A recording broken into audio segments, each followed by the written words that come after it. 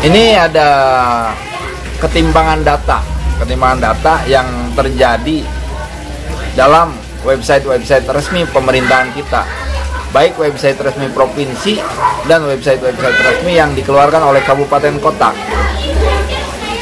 Kita lihat atau kita ulas dari data awal.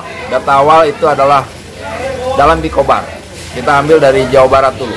Di dalam Picobar itu ada 3 bagian data. Satu, data akumulasi seluruh provinsi. Kedua, data akumulasi masing-masing kabupaten. Ketiga, data rincian dari masing-masing kabupaten beserta tanggalnya. Oke, pertama dari total dulu. Total terkonfirmasi positif per tanggal 31 Mei disebutkan bahwa 2.181 orang positif corona di Provinsi Jawa Barat, yang sembuh 586 orang dan yang meninggal 142 orang.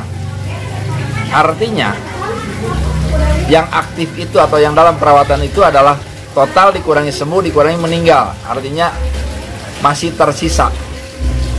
Jika kita ambil data dari atas, 2.181 orang dikurangi 586 dan dikurangi 142 meninggal, total yang sekarang masih dalam penanganan itu 1.453 orang. Itu berbeda dengan detail yang dirincikan di bagian akumulasi per kabupaten. Di bawah, dalam detail total, jika kita total satu persatu dari kabupaten yang ada yang disajikan dalam data itu, hanya ada aktif atau masih dalam perawatan, yang sembuh dan yang meninggal. Tidak dirincikan total per kabupaten masing-masing. Yang aktif 2.202 orang, yang sembuh 619 orang, dan yang meninggal 144 orang. Total terkonfirmasi positif dari masing-masing kabupaten yang tersaji dalam Picobar detail, kalau kita total 2.965 orang, itu memiliki selisih data 784 orang di dalam website Picobar. Jadi yang terkonfirmasi positif di dalam Picobar sendiri antara detail dengan total itu berbeda. Sama halnya beli belanjaan, beli ciki, beli orson, beli roti, rinciannya orson 10.000, roti 15.000, terus kacang 2.000, berarti 27.000. Giliran total kita harus membayar 35.000. Kita protes nggak? Enggak. Tapi ketika seharusnya 35.000 ada diskon jadi 27.000, kita senang. Tapi kalau di data ini menyangkut nyawa orang, masa mau ada diskon? Dari 2.965 orang jadi 2.181 orang.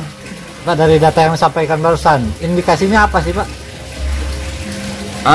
Saya tidak bisa melihat indikator tujuan. Indikator ekspektasi. Tapi yang satu yang saya pahami, ketika data itu disajikan rendah, artinya bisa menunjukkan keberhasilan, tingkat keberhasilan suatu daerah dalam penanganan. Gitu. Itu satu. Kedua, mungkin tujuannya untuk mengurangi kepanikan warga. Dan saya yakin orang yang terinfeksi itu jauh lebih banyak dibanding orang yang tidak terinfeksi.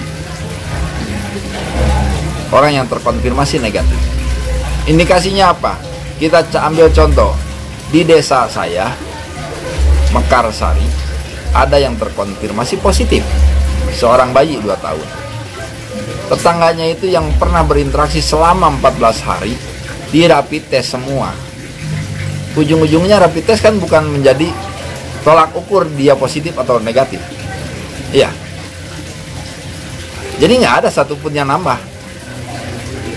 Kenapa? Rapid test semua. Harusnya Ya swab dah. Langsung. Jangan rapid test. Ngapain rapid test kalau nggak dipakai? hasilnya nggak bisa menentukan. Sekarang saya tanya, orang kena tipes, virus typhus, orang kena flu. Coba yang kena tipes kena flu rapid test, jago kalau nggak reaktif. Ya, hanya mengecek imunitas tubuh ketika turun. Orang darah tinggi aja kena darah tinggi, kena serangan darah tinggi atau kena serangan jantung, imunitasnya turun langsung. Rapid test positif langsung. Makanya nggak bisa dipakai acuan. Mungkin. Tapi bagaimana dengan data ini? Data dari masing-masing kabupaten disandingkan dengan data dari Provinsi Jawa Barat.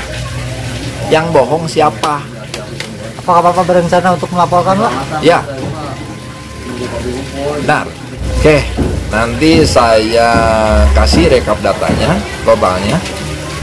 Saya kasih sampel lebih banyak dan kita tunggu aduannya.